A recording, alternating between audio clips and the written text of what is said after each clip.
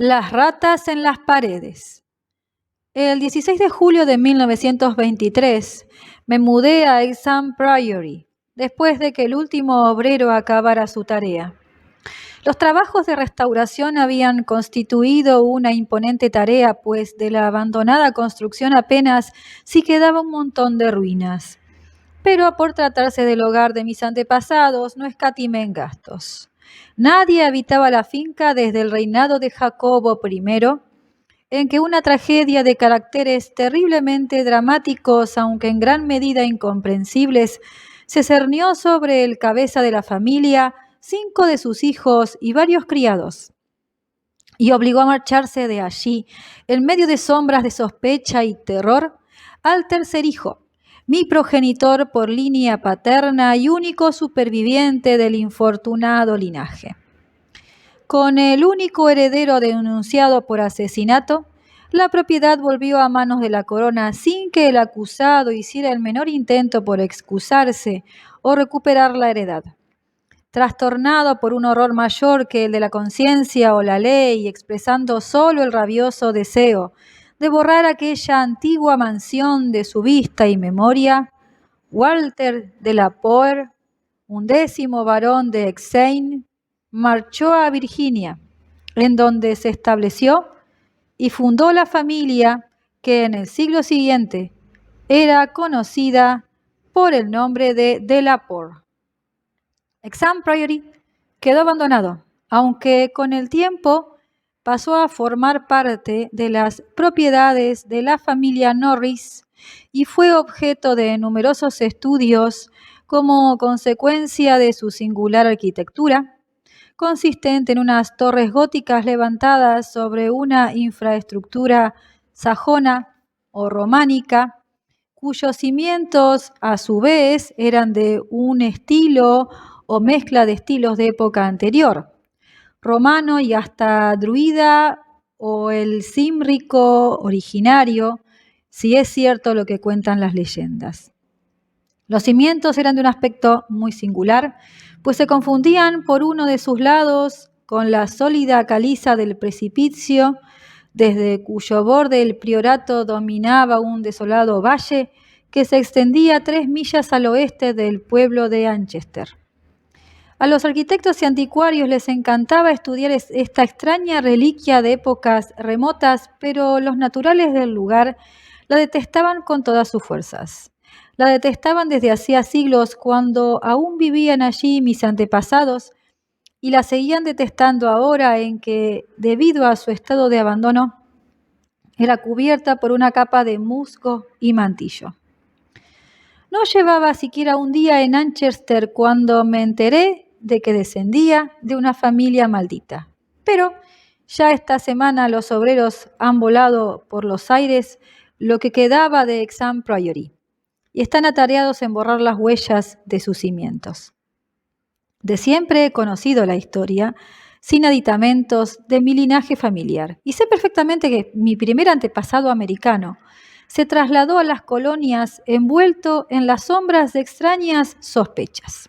De los detalles, con todo, jamás he sabido nada debido a la reticencia mantenida por generaciones entre los de la Poer. Al contrario que los colonos de nuestra vecindad, rara vez nos jactamos de antepasados que batallaron en las cruzadas o de contar en nuestro linaje con héroes medievales o renacentistas.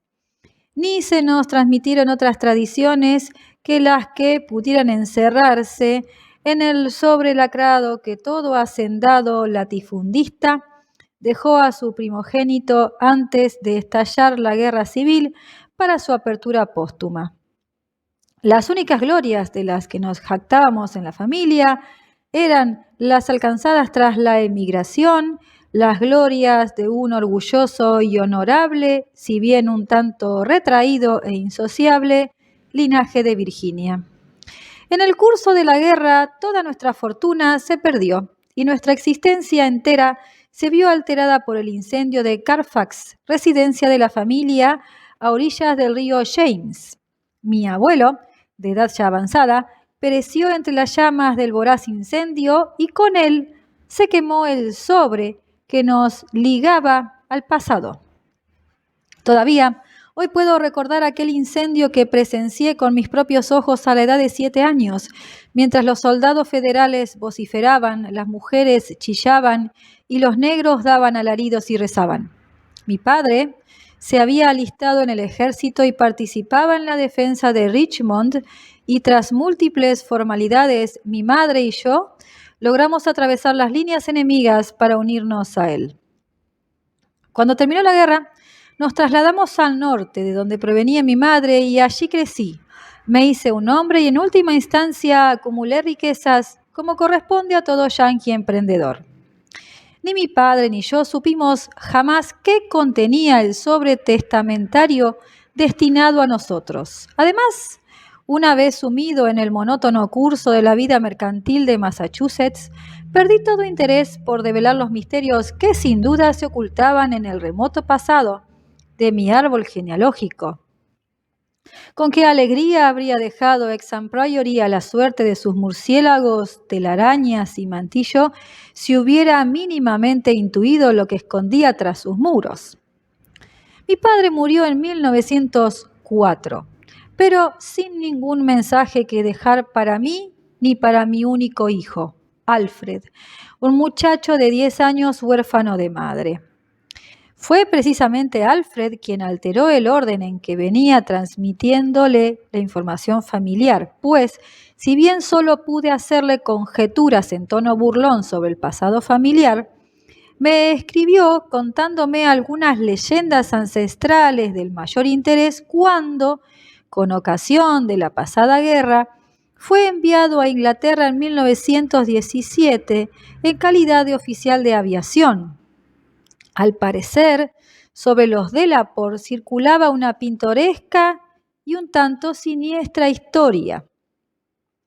Un amigo de mi hijo, el capitán Edward Norris del Royal Flying Corps, residía en las proximidades de nuestro solar familiar en Anchester y contaba unas supersticiones campesinas que pocos novelistas podrían llegar a igualar por lo increíbles y demenciales que eran. Norris, por supuesto, no las tomaba en serio, pero a mi hijo lo divertían y le sirvieron de tema para llenar muchas de las cartas que me escribió.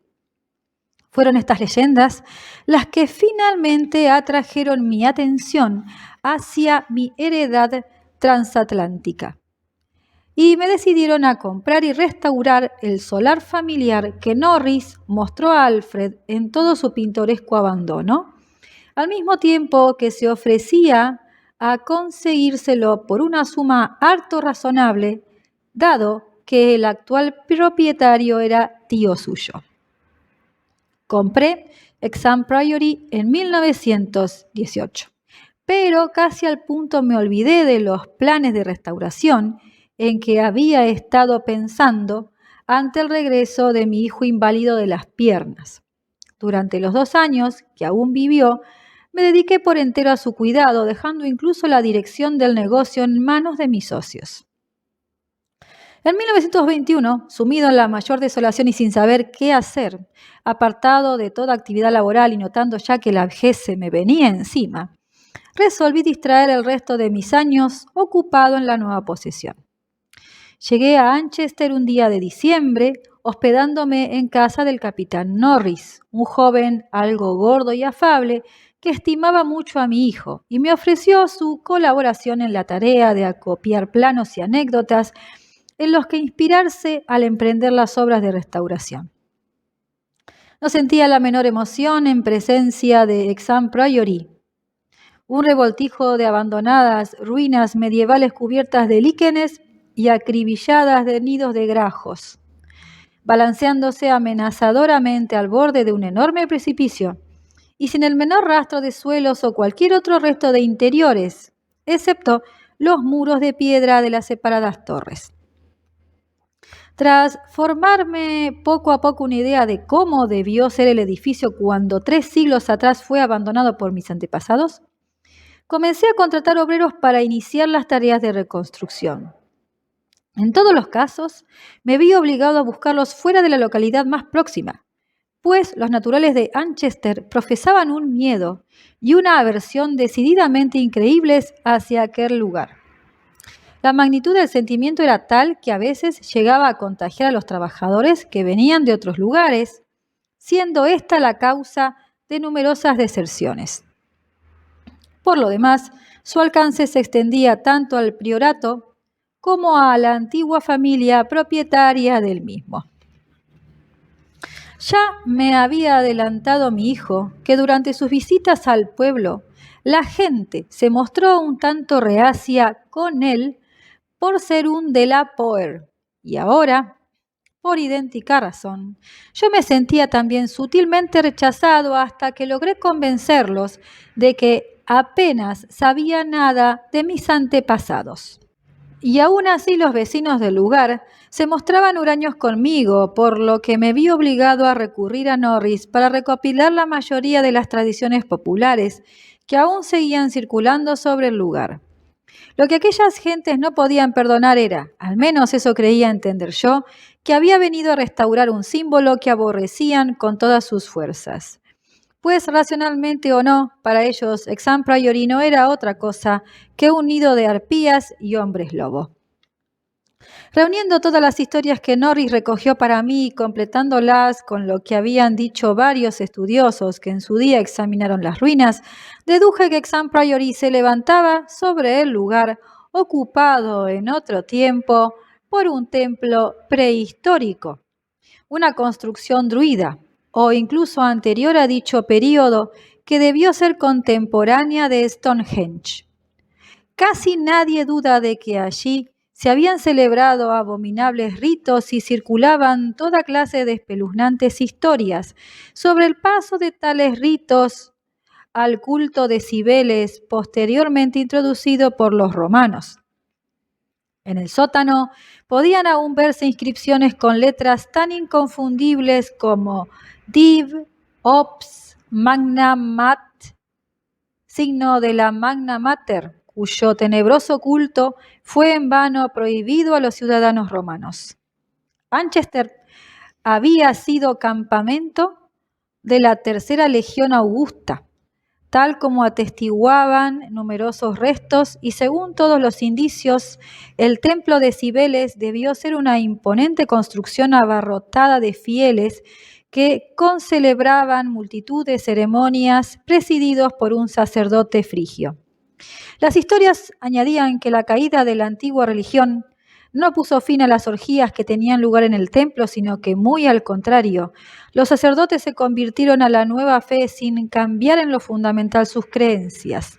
Asimismo, se decía que los ritos no desaparecieron con la llegada de los romanos y que algunos sajones se sumaron a lo que quedaba del templo, dándole el perfil característico que habría de distinguirlo con el tiempo, a la vez que hacían de él el centro de irradiación de un culto temido en la mitad del territorio al que se extendía la heptarquía. Hacia el año 1000 después de Cristo, el lugar aparece mencionado en una crónica como un priorato, esencialmente construido a base de piedra, en el que se albergaba una poderosa y extraña orden monástica y rodeado de grandes jardines que no precisaban de murallas para mantener alejado al atemorizado populacho. Jamás llegaron a destruirlo los daneses, si bien su suerte debió declinar radicalmente tras la conquista normanda, pues no hubo el menor impedimento para que Enrique III confiriera su propiedad a mi antepasado Gilbert de la Poer, primer barón de Hexham en 1261. De mi familia no se conservan testimonios adversos antes de esa fecha, pero algo raro debió acontecer por entonces. Ya en una crónica de 1307 hay una referencia a un de la Poer al que se califica de renegado de Dios, mientras que en las leyendas populares se aprecia un miedo cerval a decir nada del castillo que se erigió sobre los cimientos del antiguo templo y priorato. Los cuentos de viejas que corrían sobre el lugar eran de lo más espeluznantes, más terroríficos si cabe por la tenebrosa reticencia y sombrías evasivas de que hacían gala. En ellos se representaba a mis antepasados como un linaje de demonios, junto a los que personajes de la talla de un Gilles de Ret o un Marqués de Sade no pasaban de meros aprendices, y se dejaba intuir veladamente su responsabilidad por las ocasionales desapariciones de aldeanos en el transcurso de varias generaciones. Los peores de toda la parentela, a tenor de lo que dice la tradición, fueron los varones y sus herederos directos. Al menos la mayoría de las historias que circulaban se referían a ellos. Si un heredero mostraba inclinaciones más saludables, se decía en ellas, fallecía con toda seguridad en edad temprana y misteriosamente para dejar paso a otro descendiente más en consonancia con el apellido. Los de la Poer parecían profesar un culto propio, presidido por el cabeza de familia y a veces restringido a unos cuantos miembros de la misma. El temperamento más que el linaje era el fundamento de dicho culto, pues en él participaban también quienes ingresaban en la familia por razón de matrimonio.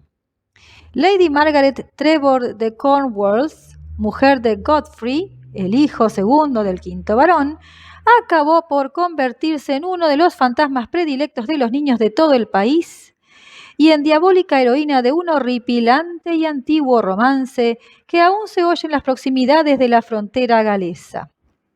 Conservada también en los romances, aunque no tan ilustrativa al respecto, merece citarse la espeluznante historia de Lady Mary de la Poer, que al poco de casarse con el barón de Shrewfield, murió asesinada a manos de éste y de su madre, siendo posteriormente absueltos y bendecidos ambos criminales por el sacerdote, al que confesaron aquello que no se atreverían a decir en público. Estos mitos y romances, característicos de la más descarnada superstición, me repelían en extremo. Su persistencia y su asociación a tan larga descendencia de mis antepasados resultaban especialmente irritantes. En tanto que las acusaciones de hábitos monstruosos recordaban de manera harto desagradable el único escándalo conocido de mis inmediatos antepasados. Me refiero al caso de mi primo, el joven Randolph de la Poer de Carfax, que se fue a vivir con los negros y se hizo oficiante del rito vudú a su regreso de la Guerra de México. Bastante menos me inquietaban las historias que corrían sobre lamentos y aullidos en el valle desolado y barrido por el viento que se abría al pie del precipicio de caliza, así como otras sobre los fétidos hedores que emanaban de las tumbas tras las lluvias primaverales, sobre el torpón y aullador objeto manco que el caballo de Sir John Clive pisó una noche en medio de un solitario campo, o sobre el criado que se había vuelto loco a causa de algo indefinible que vio en el priorato a plena luz del día. Todo ello no eran sino retazos de historias fantásticas que habían arraigado en el vulgo y por aquel entonces yo era un escéptico a carta cabal. Los relatos sobre aldeanos desaparecidos no debían desecharse del todo, aun cuando no eran especialmente significativos a la vista de las prácticas medievales.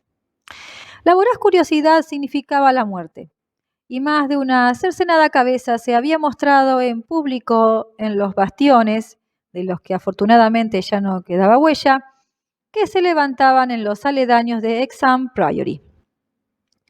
Algunas de las historias que corrían eran sumamente pintorescas, hasta el punto de hacerme sentir no haber estudiado más mitología comparada en mi juventud. Así, por ejemplo, aún subsistía la creencia de que una legión de diablos con alas de vampiro se reunía todas las noches en el priorato para celebrar sus aquelarres rituales, legión cuyo mantenimiento alimenticio podía encontrar explicación en la desproporcionada abundancia de verduras ordinarias cultivadas en aquellos enormes huertos. La más gráfica de todas las historias que circulaban sobre el lugar era una que relataba la dramática epopeya de las ratas. Un insaciable ejército de obscenas alimañas que había surgido en tropel del interior del castillo 3 meses después de la tragedia que lo condenó al más absoluto abandono. Una cenceña nauseabunda y famélica soldadesca que había barrido todo a su paso, devorando aves, gatos, perros, cerdos, ovejas y hasta 2 desventurados seres humanos antes de ver acallado su furor. En torno a tan inolvidable plaga de roedores gira todo un ciclo independiente de mitos, pues las alimañas se dispersaron por entre las casas del pueblo, suscitando toda clase de imprecaciones y horrores a su paso. Tales eran las historias que se cernían sobre mí cuando me dispuse a acometer, con la obstinación propia de un anciano, las obras de restauración de mi solar ancestral. No debe creerse ni siquiera por un momento que tales historias constituían lo esencial del entorno psicológico en que me desenvolvía. Por otro lado, contaba con el apoyo decidido y constante del capitán Norris y de los arqueólogos que me rodeaban y asistían en mi tarea. Una vez terminada la obra, algo más de 2 años después de iniciada, pude contemplar aquel conjunto de amplias habitaciones, revestidos muros, abovedados techos, ventanas con parteluces y anchas escaleras, con un orgullo que compensaba con creces los cuantiosos gastos que supuso la restauración. No había detalle medieval que no estuviera diestramente reproducido, y las partes nuevas armonizaban a la perfección con los muros y cimientos originales. El solar de mis antepasados estaba de nuevo en pie, y ahora solo me quedaba redimir la fama local de la línea familiar que terminaba en mí. Me quedaría a vivir allí permanentemente y demostraría a todos que un Delaporte, pues había adoptado de nuevo la grafía original del apellido, no tenía por qué resultar un ser diabólico. Mi confort se vio en parte aumentado por el hecho de que, aunque Exham Priory estaba construido según los cánones medievales, su interior era absolutamente nuevo y se hallaba libre de vetustos fantasmas y nocivas alimañas. Como ya he dicho, me mudé a Exham Priory el 16 de julio de 1923. Me hacían compañía en mi nueva residencia 7 criados y 9 gatos, animal por el que siento una especial atracción. Mi gato más viejo, Negrito, tenía 7 años y vino conmigo desde Bolton, en Massachusetts. El resto de los gatos los había ido reuniendo mientras vivía con la familia del capitán Norris en el curso de las obras de restauración del priorato. Durante 5 días nuestra rutina prosiguió en medio de la más absoluta calma, empleando la mayor parte del tiempo en la clasificación de antiguos documentos relativos a la familia. Disponía ya de unas cuantas descripciones muy detalladas de la tragedia final y la huida de Walter Delaporte, que supuse sería lo que encerraba el legajo hereditario perdido en el incendio de Carfax. Al parecer, a mi antepasado se lo acusó, con sobrada razón, de matar al resto de los moradores de la casa, excepto 4 criados cómplices suyos, mientras dormían. Unas 2 semanas después de un sorprendente descubrimiento que habría de alterar toda su forma de ser, pero que no debió revelar más que a los criados que colaboraron con él en el asesinato y seguidamente huyeron lejos del alcance de la justicia. Esta degollina premeditada, en total un padre, 3 hermanos y 2 hermanas, fue en gran medida condonada por los aldeanos y con tal negligencia dictaminada por la justicia que su instigador pudo huir a Virginia con todos los honores sin sufrir el menor daño ni tener que disfrazarse. El sentir general que circulaba por el pueblo era que había librado a aquellas tierras de la maldición inmemorial que pesaba sobre ellas. Ni siquiera puedo conjeturar cuál fue el descubrimiento que llevó a mi antepasado a cometer tan abominable acción. Walter de la Pore debía conocer desde hacía tiempo las siniestras historias que se contaban sobre su familia, por lo que no creo que el motivo que desató todo proviniera de dicha fuente. ¿Presenciaría acaso algún antiguo y espeluznante rito o se daría de bruces con algún tenebroso símbolo revelador en el priorato o en sus aledaños? En Inglaterra se lo tenía por un joven tímido y de buenos modales. En Virginia parecía más un ser de carácter atormentado y aprensivo que un tipo duro o amargado.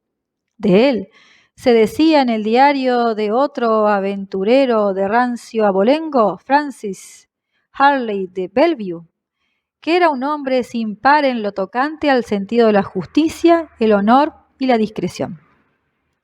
El 22 de julio tuvo lugar el primer incidente, el cual, aunque apenas se le prestó atención en aquel momento, adquiere un significado premonitorio en relación con ulteriores acontecimientos. Fue tan poca cosa que casi no se le dio importancia y apenas pudo advertirse en las circunstancias reinantes. Pues debe recordarse que al ser el edificio prácticamente nuevo en su totalidad, salvo los muros, y hallarse atendido por una avesada servidumbre, toda aprehensión habría sido absurda no obstante las historias que corrían sobre el lugar. A poco más que esto se reduce lo que pude recordar a posteriori. Mi viejo gato negro, cuyo humor tan bien conozco, estaba indudablemente alerta e inquieto en una medida que no concordaba en nada con su habitual modo de ser. Iba de una habitación a otra, dando la impresión de estar intranquilo y preocupado por algo, y olisqueaba constantemente los muros que formaban parte de la estructura gótica. Comprendo perfectamente cuán trillado suena todo esto. Algo así como el inevitable perro del cuento de fantasmas que no cesa de gruñir hasta que su amo ve finalmente la figura envuelta en sábanas. Pero en este caso concreto creo que tiene su importancia. Al día siguiente un criado vino a darme cuenta de la inquietud reinante entre los gatos de la casa. Yo me encontraba en mi estudio, una habitación de techo alto y orientada al occidente que había en el segundo piso, con arcos de aristas, artesonado de roble oscuro y una triple ventana gótica que daba al precipicio de roca caliza y desde la que se divisaba el inhóspito valle. Mientras el criado me hablaba, pude ver cómo la forma de azabache de Negrito se arrastraba a lo largo del muro oeste y arañaba el nuevo artesonado que cubría la antigua piedra.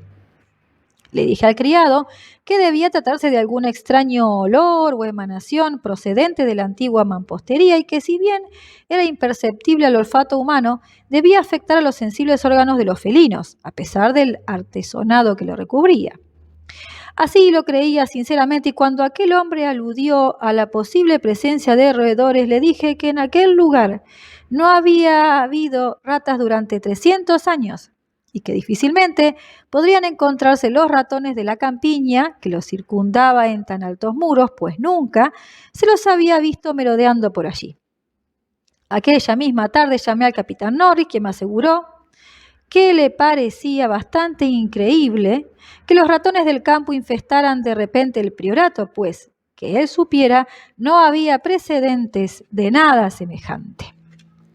Aquella noche, prescindiendo como de costumbre de la ayuda del mayordomo, me retiré a la cámara de la torre orientada al occidente que me había reservado. A ella se llegaba desde el estudio tras subir por una escalinata de piedra y atravesar una pequeña galería. La primera, antigua en parte. La segunda, enteramente restaurada. La estancia era circular, de techo muy alto y sin revestimiento alguno, si bien de la pared colgaban unos tapices que había comprado en Londres. Tras comprobar que Negrito se hallaba conmigo, cerré la pesada puerta gótica y me recogí a la luz de aquellas bombillas eléctricas que tanto se asemejaban a bujías. Al cabo de un rato apagué la luz y me dejé hundir en la taraseada y endoselada cama coronada por 4 baldaquines con el venerable gato en su habitual lugar a mis pies. No eché las cortinas, quedando mi mirada fija en la angosta ventana que daba al norte y tenía justo frente a mí. Un esbozo de aurora se dibujaba en el cielo, destacando la siempre grata silueta de las primorosas tracerías de la ventana. En un momento dado, debí quedarme apaciblemente dormido, pues recuerdo claramente una sensación de despertar de extraños sueños, cuando el gato dio un brusco respingo abandonando la serena posición en que se encontraba. Pude verlo gracias al tenue resplandor de la aurora. Tenía la cabeza enhiesta hacia adelante, las patas delanteras clavadas en mis tobillos y las traseras estiradas cuán largas eran. Miraba fijamente a un punto de la pared situado algo al oeste de la ventana, un punto en el que mi vista no encontraba nada digno de resaltar, pero en el que se concentraban ahora mis 5 sentidos. Mientras observaba, comprendí el motivo de la excitación de Negrito. Si se movieron o no los tapices era algo que no sabría decir. A mí me pareció que sí, aunque muy ligeramente. Pero lo que sí puedo jurar es que detrás de los tapices oí un ruido, leve pero nítido, como de ratas o ratones escabulléndose precipitadamente.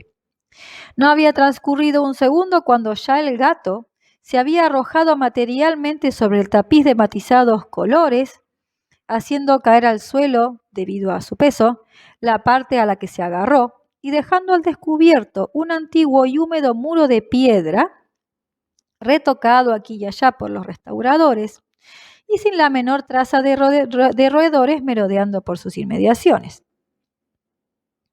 Negrito recorrió de arriba abajo el suelo de aquella parte del muro, desgarrando el tapiz caído e intentando en ocasiones introducir sus garras entre el muro y la tarima del suelo, pero no encontró nada, y al cabo de un rato volvió muy fatigado a su habitual posición a mis pies. Yo no me había levantado de la cama, pero no volví a conciliar el sueño en toda la noche.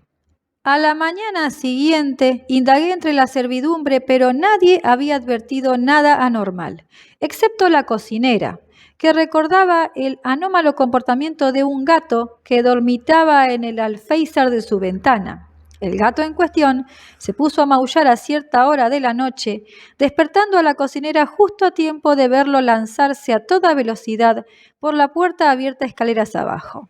Al mediodía me quedé un rato amodorrado y al despertarme fui a visitar de nuevo al capitán Norris, que mostró especial interés en lo que le conté. Los incidentes extraños, tan raros a la vez que tan curiosos, despertaban en él el sentido de lo pintoresco y le trajeron a la memoria multitud de recuerdos de historias locales sobre fantasmas. No conseguíamos salir de nuestro estupor ante la presencia de las ratas, y lo único que se le ocurrió a Norris fue dejarme unos cepos y unos polvos de verde de París que, de vuelta a casa, mandé a los criados colocar en lugares estratégicos. Me fui pronto a la cama, pues tenía mucho sueño, pero mientras dormía me asaltaron atroces pesadillas. En ellas miraba hacia abajo desde una impresionante altura a una gruta débilmente iluminada, cuyo suelo estaba cubierto por una gruesa capa de estiércol.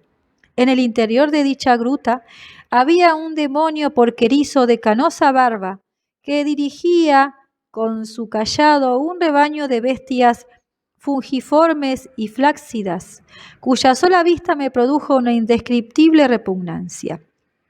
Luego, mientras el porquero se detenía un instante y se inclinaba para divisar su rebaño, un impresionante enjambre de ratas llovió del cielo sobre el hediondo abismo y se puso a devorar a animales y hombre. Tras tan terrorífica visión me desperté bruscamente a causa de los agitados movimientos de Negrito, que como de costumbre dormía a mis pies. Esta vez no tuve que inquirir por el origen de sus gruñidos y resoplidos, ni por el miedo que lo impulsaba a hundir sus garras en mis tobillos, inconsciente de su efecto, pues las 4 paredes de la estancia bullían de un sonido nauseabundo. El repugnante deslizarse de gigantescas ratas famélicas. Esta ocasión no había aurora que permitiera ver en qué estado se encontraba el tapiz, cuya sección caída había sido reemplazada, pero no vacilé ni un instante en encender la luz. Al resplandor de esta pude ver cómo todo el tapiz era presa de una espantosa sacudida hasta el punto de que los dibujos, de por sí ya un tanto originales, se pusieron a ejecutar una singular danza de la muerte. La agitación desapareció casi al instante y con ella los ruidos. Saltando del lecho, hurgué en el tapiz con el largo mango del calentador de cama que había en la habitación y levanté una parte del mismo para ver qué había debajo. Pero allí no había sino el restaurado muro de piedra, y para entonces ya había remitido el estado de tensión en que se encontraba el gato debido al olfateo de algo anómalo. Cuando examiné el cepo circular que había colocado en la habitación, pude ver que todos los orificios se encontraban forzados, aunque no quedase rastro de lo que debió escaparse tras caer en la trampa. Naturalmente, ni se me pasó por la cabeza volver a la cama, así que encendí una vela, abrí la puerta y salí a la galería, al final de la cual estaban las escaleras que conducían a mi estudio, con Negrito siempre pegado a mis talones. Antes de llegar a la escalinata de piedra, empero el gato salió disparado delante de mí y desapareció tras el antiguo tramo. Mientras bajaba las escaleras, llegaron de repente hasta mí unos sonidos producidos en la gran estancia que quedaba debajo, unos sonidos de tal naturaleza que no podían inducir a equívoco. Los muros de artesonado de roble bullían de ratas que se deslizaban y se arremolinaban en un inusitado frenesí, mientras Negrito corría de un lado para otro con la irritación propia del cazador burlado. Al llegar abajo encendí la luz, pero no por ello remitió el ruido esta vez. Las ratas seguían alborotadas, dispersándose en baraúnda con tal estrépito y nitidez que finalmente no me fue difícil asignar una dirección precisa a sus movimientos. Aquellas criaturas, en número al parecer incalculable, estaban embarcadas en un impresionante movimiento migratorio desde inimaginables alturas hasta una profundidad desconocida. Seguidamente oí un ruido de pasos en el corredor y unos instantes después, dos criados abrían de golpe la maciza puerta. Rastreaban toda la casa en busca del origen de aquel revuelo que llevó a todos los gatos de la casa a lanzar estridentes maullidos y a saltar precipitadamente varios tramos de escalera hasta llegar ante la puerta cerrada del sótano, donde se agazaparon sin dejar de maullar. Les pregunté a los criados si habían visto las ratas, pero su respuesta fue negativa. Y cuando me volteé para llamar su atención a los sonidos que se oían en el interior del artesonado, pude advertir que el ruido había cesado. Junto con aquellos dos hombres bajé hasta la puerta del sótano, pero para entonces ya se habían dispersado los gatos. Luego decidí explorar la cripta que había debajo, pero de momento me limité a inspeccionar los cepos. Todos habían saltado, pero no tenían ni un solo ocupante. Contento porque, excepto los felinos y yo, nadie más había oído las ratas, me senté en mi estudio hasta que alboreó el día, reflexionando intensamente sobre cuál pudiera ser la causa de todo ello y tratando de recordar todo fragmento de leyenda desenterrado por mí que hiciera referencia al edificio en que habitaba. Dormí un poco por la mañana, reclinado en el único sillón confortable del gabinete que mi medieval diseño del mobiliario no logró proscribir. Al despertarme, llamé por teléfono al capitán Norris, quien se presentó al cabo de un rato y me acompañó a la exploración del sótano. No encontramos absolutamente nada que nos llamase la atención, aunque no pudimos reprimir un escalofrío al enterarnos de que la cripta databa de tiempos de los romanos.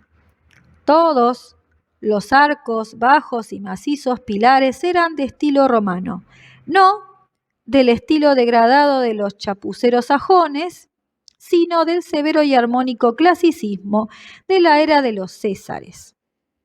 Como cabía esperar, las paredes abundaban en inscripciones familiares a los arqueólogos que habían explorado en repetidas ocasiones el lugar. Podían leerse cosas del estilo de P, Getae, Prop, Temp, Dona y L. Praec, B.S., pontifiatis y otras más. La referencia a Atis me produjo un estremecimiento, pues había leído a Cátulo y sabía algo de los abominables ritos dedicados al dios oriental, cuyo culto tanto se confundía con el de Cibeles. Norris y yo, a la luz de unos faroles, tratamos de interpretar los extraños y descoloridos dibujos que se veían en unos bloques de piedra irregularmente rectangulares, que en otro tiempo debieron ser altares, pero no pudimos sacar nada en claro. Recordamos que uno de aquellos dibujos, una especie de sol del que salían unos rayos en todas las direcciones, fue escogido por los estudiantes para mostrar que no era de origen romano, sugiriendo que los sacerdotes romanos se habían limitado a adoptar aquellos altares que provendrían de un templo más antiguo y probablemente aborigen, levantado sobre aquel mismo suelo. En uno de aquellos bloques se advertían unas manchas marrones que me dieron que pensar. El mayor de todos ellos, un bloque que se encontraba en el centro de la estancia, tenía ciertos detalles en la cara superior que indicaban que había estado en contacto con el fuego. Probablemente se trataba de ofrendas incineradas. Tales eran las cosas que se veían en aquella cripta ante cuya puerta los gatos habían estado maullando y donde Norris y yo habíamos decidido pasar la noche. Los criados, a quienes se les advirtió que no se preocuparan por los movimientos de los gatos durante la noche, bajaron sendos sofás y Negrito fue admitido en calidad de ayuda a la vez que de compañía. Juzgamos oportuno cerrar herméticamente la gran puerta de roble, una réplica moderna con rendijas para la ventilación. Y seguidamente nos retiramos con los faroles aún encendidos a aguardar cuanto pudiera depararnos la noche. La cripta estaba en la parte inferior de los cimientos del priorato y al fondo de la cara del prominente precipicio que dominaba el desolado valle. No dudaba que ese había sido el objetivo de las infatigables e inexplicables ratas, aun cuando no sabría decir el motivo. Mientras aguardábamos expectantes, mi vigilia se entremezclaba ocasionalmente con sueños a medio formar, de los que me despertaban los inquietos movimientos del gato, que como de costumbre se encontraba a mis pies. Pero aquella noche mis sueños no tuvieron nada de agradable. Al contrario, fueron tan espeluznantes como los de la noche anterior. De nuevo aparecían ante mí la siniestra gruta en penumbra y el porquero con sus innombrables y fungiformes bestias revolcándose en el cieno, y al mirar aquellos seres me parecían más cerca y con perfiles más precisos, tan precisos que casi podía ver sus rasgos físicos. Luego pude ver la flácida fisonomía de uno de ellos, cuando de repente desperté profiriendo tal grito que Negrito dio un violento respingo mientras el capitán Norris, que no había pegado el ojo en toda la noche, se echó a reír a carcajadas. Y aún más, o quién sabe si menos, habría reído Norris de haber sabido el motivo de mi estruendoso grito, pero ni yo mismo lo recordé hasta pasado un rato. El horror descarnado tiene la virtud de paralizar a menudo la memoria. Norris me despertó al empezar a manifestarse el fenómeno. En el curso del referido y espantoso sueño me desveló con una ligera sacudida, instándome a que escuchara el ruido de los gatos. Y bien que podía escucharse, pues al otro lado de la cerrada puerta, al pie de la escalinata de piedra, había una verdadera varaunda de felinos aullando y arañando en la madera, mientras Negrito, absorto por completo de cuanto pudieran estar haciendo sus congéneres, corría alocadamente a lo largo de los desnudos muros de piedra, en los que pude percibir claramente el mismo ajetreo de ratas deslizándose que tanto me había atribulado la noche anterior. Un indescriptible terror se apoderó de mí, pues aquellas anomalías no podían explicarse por procedimientos normales. Aquellas ratas, de no ser las criaturas procedentes de un estado febril, que solo yo compartía con los gatos, debían escabullirse y tener su madriguera entre los muros romanos que creí estaban formados por bloques de caliza sólida. A menos, se me ocurrió pensar, que la acción del agua en el curso de más de 17 siglos hubiera horadado sinuosos túneles que los roedores habrían posteriormente despejado y ensanchado. Pero aún así el horror espectral que experimentaba no era menor, pues en el supuesto de que se tratase de alimañas de carne y hueso, ¿por qué Norris no oía su repugnante alboroto? ¿Por qué me instó a que observara a Negrito y escuchara los maullidos de los gatos afuera? ¿Y por qué intuía difusamente y sin fundamento los motivos que lo llevaban a armar aquel revuelo? Pero cuando conseguí decirle, de la forma más racional que pude, lo que creía estar oyendo, hasta mis oídos llegó el último tenue sonido de aquel incansable revuelo. Ahora daba la impresión de que el ruido se alejaba, se oía aún más abajo, muy por debajo del nivel del sótano, hasta el punto de que todo el precipicio parecía acribillado de ratas en continuo ajetreo. Norris no se mostraba tan escéptico como yo había anticipado, sino que parecía profundamente agitado. Me indicó por señas que ya había cesado el estrépito de los gatos, los cuales parecían dar a las ratas por perdidas. Entretanto, Negrito era presa de nuevo desasosiego y se ponía a arañar frenéticamente la base del gran altar de piedra levantado en el centro de la habitación. Si bien se encontraba más próximo del sofá de Norris que del mío. Llegado a este punto, mi temor hacia lo desconocido había alcanzado proporciones inconmensurables. Entonces ocurrió algo sorprendente y pude ver cómo el capitán Norris, un hombre más joven, corpulento y presumiblemente de ideas más materialistas que las mías, se hallaba tan inquieto como yo, probablemente porque conocía harto bien y de toda la vida la leyenda local. De momento no podíamos hacer sino limitarnos a observar cómo Negrito hundía sus garras, cada vez con menos fervor, en la base del altar, levantando de vez en cuando la cabeza y maullando en dirección mía de aquella manera tan persuasiva con que acostumbraba a hacerlo cuando quería algo de mí. Norris acercó un farol al altar y examinó de cerca el lugar donde Negrito estaba arañando. Se arrodilló en silencio y desbrozó los líquenes que estaban allí desde hacía siglos y unían el macizo bloque prerromano al teselado suelo. Pero, tras mucho escarbar, no encontró nada de particular y ya estaba a punto de cejar en sus esfuerzos cuando advertí una circunstancia trivial que me hizo estremecer aun cuando no podía decirse que me tomara totalmente de improviso. Hice partícipe de mi descubrimiento a Norris y ambos nos pusimos a examinar aquella casi imperceptible manifestación con la fijeza propia de quien realiza un fascinante hallazgo que confirma lo acertado de sus pesquisas. En suma, se trataba de lo siguiente. La llama del farol colocado junto al altar oscilaba, ligera pero evidentemente, debido a una corriente de aire que no soplaba antes y que sin duda procedía de la rendija que había entre el suelo y el altar en donde Norris había estado desbrozando los líquenes.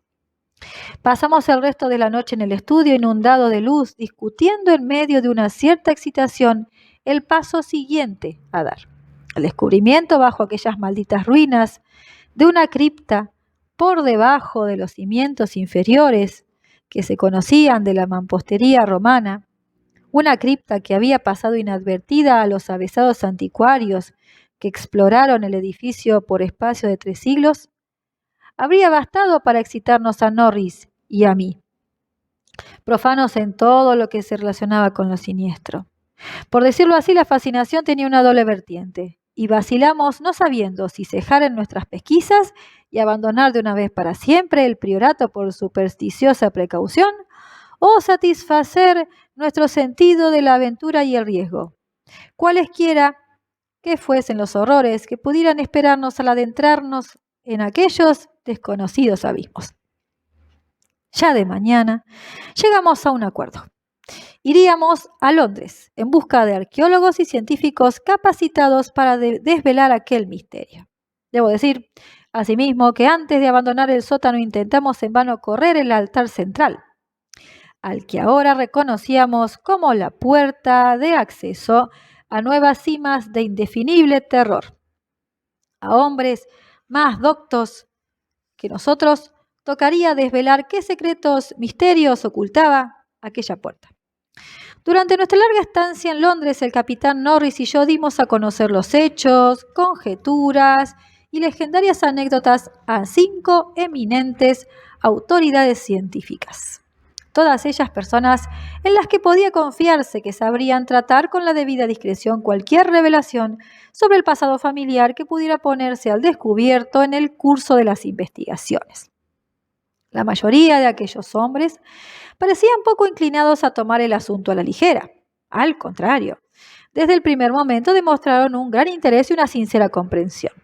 No creo que haga falta dar el nombre de todos los expedicionarios, pero puedo decir que entre ellos se encontraba Sir William Brinton, cuyas excavaciones en el Trout llamaron la atención de casi todo el mundo en su día. Al tomar con ellos el tren para Manchester, sentí una especie de desasosiego, algo así como si estuviera al borde de espeluznantes revelaciones.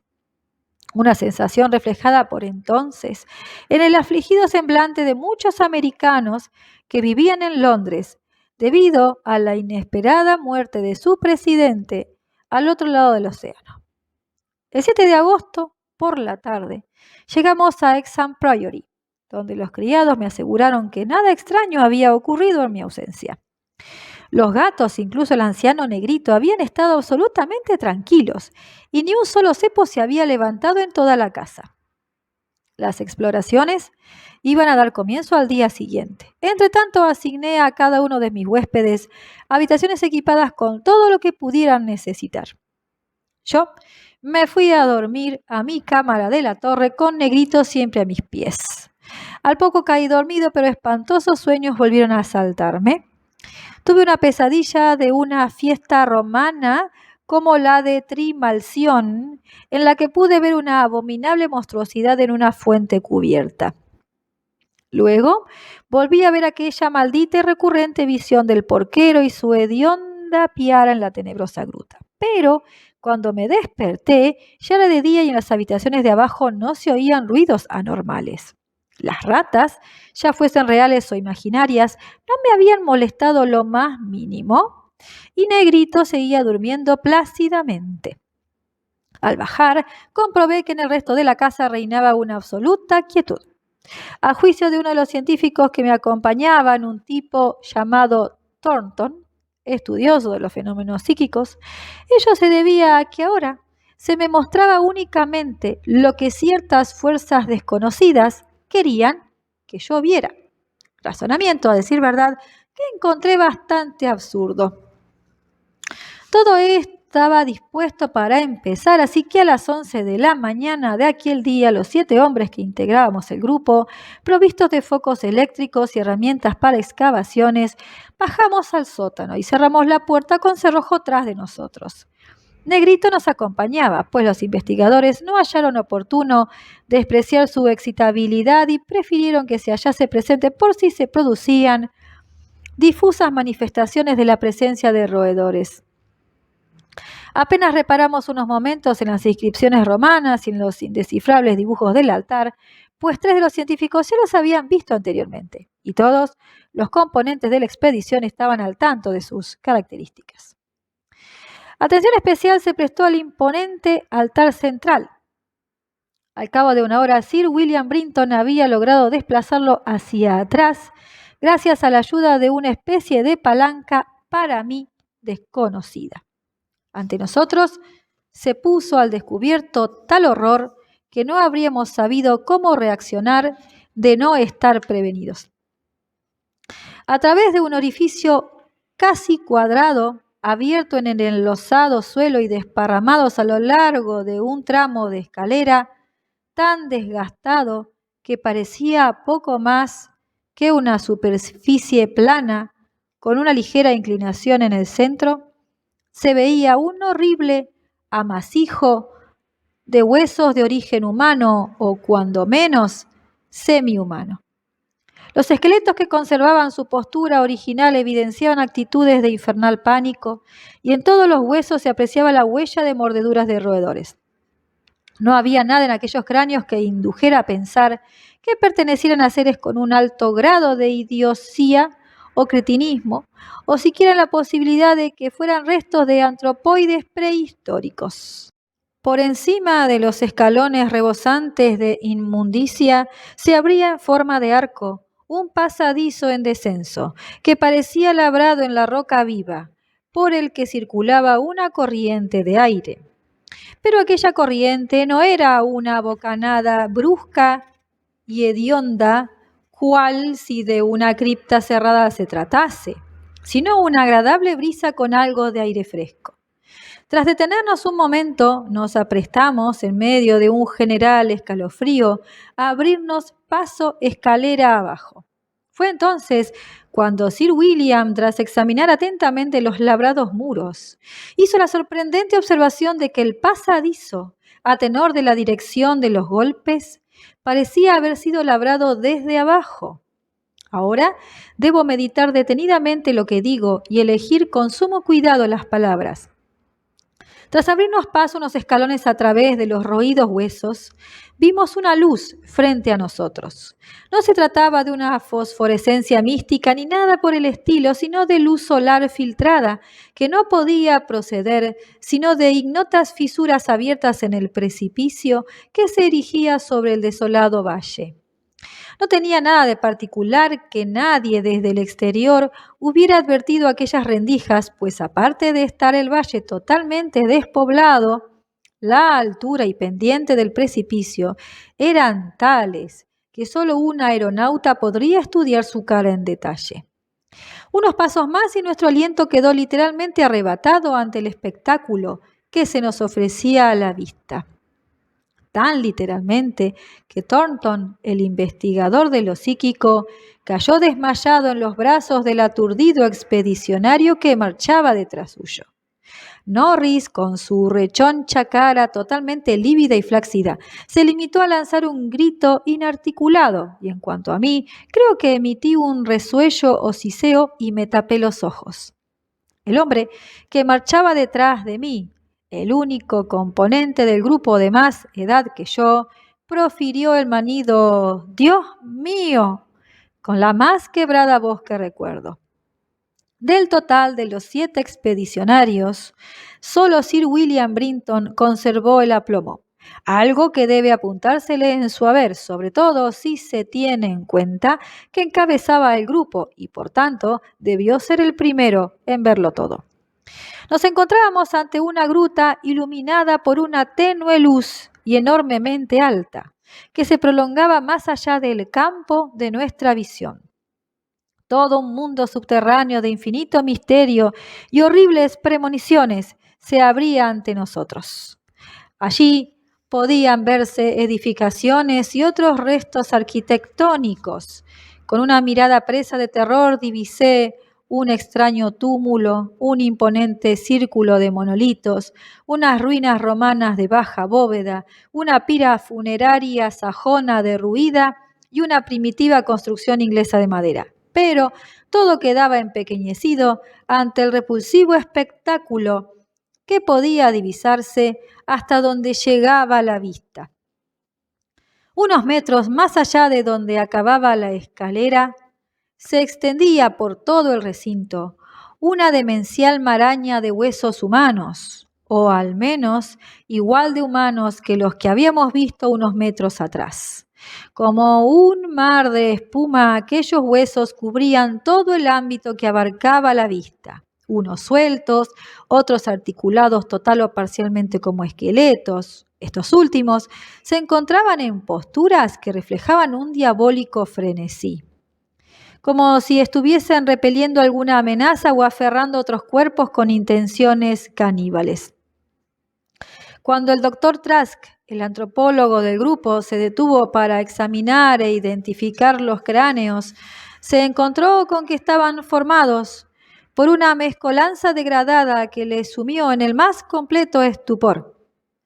En su mayoría, aquellos restos pertenecían a seres muy por debajo del hombre de Piltdown en la escala de la evolución, pero en cualquier caso eran sin la menor duda de origen humano.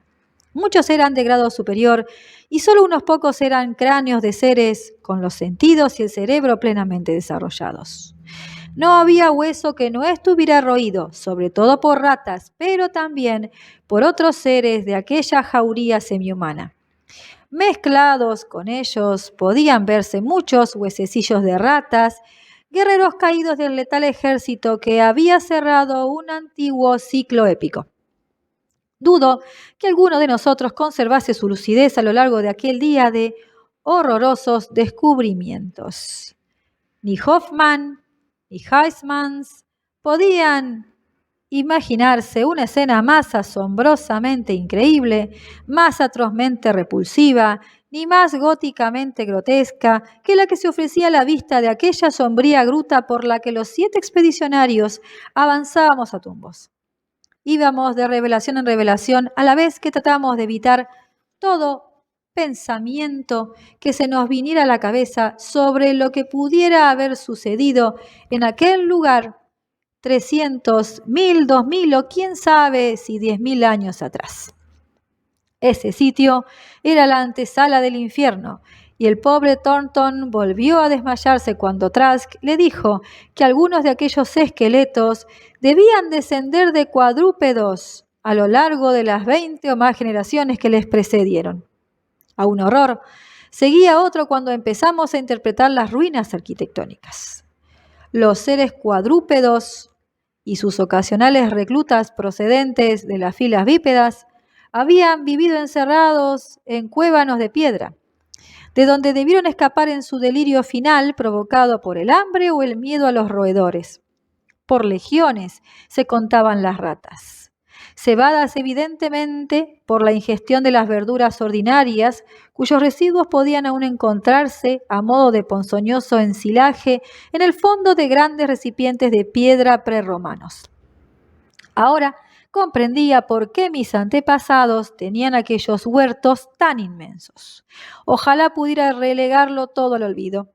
No me hizo falta inquirir sobre lo que se proponían aquellas infernales bandadas de roedores. Sir William, de pie y enfocando con su linterna la ruina romana, tradujo en voz alta el más sorprendente ritual que jamás haya conocido y habló de la dieta alimenticia del culto antediluviano que los sacerdotes de Cibeles encontraron y entremezclaron con el suyo propio. Norris, acostumbrado como estaba a la vida de las trincheras, no podía caminar derecho al salir de la construcción inglesa. El edificio en cuestión era una carnicería y una cocina, justo lo que Norris esperaba encontrar. Pero ya no era tan normal ver utensilios ingleses familiares en semejante lugar y poder leer inscripciones inglesas que resultaban conocidas algunas de fecha tan cercana como 1610. Yo no pude entrar en el edificio. Aquel edificio testigo de diabólicas celebraciones que solo se vieron interrumpidas por la daga de mi antepasado Walter de la Poer. Sí me aventuré a entrar en lo que resultó ser el edificio bajo de estilo sajón, cuya puerta de roble se hallaba en el suelo, y en él me encontré una impresionante hilera de 10 celdas de piedra con herrumbrosos barrotes. 3 tenían ocupantes, todos ellos esqueletos de grado superior, y en el huesudo dedo índice de uno de ellos pude ver un sello con mi escudo de armas. Sir William encontró una cripta con celdas aún más antiguas debajo de la capilla romana, pero en este caso las celdas estaban vacías. Debajo había una cripta de techo bajo llena de nichos con huesos alineados, algunos de los cuales mostraban terribles inscripciones geométricas esculpidas en latín, en griego y en la lengua de Frigia. Mientras tanto, el doctor Trask había abierto uno de los túmulos prehistóricos, descubriendo en su interior unos cráneos de escasa capacidad, poco más desarrollados que los de los gorilas, con unos signos ideográficos indescifrables. Mi gato permaneció imperturbable ante todo aquel espectáculo.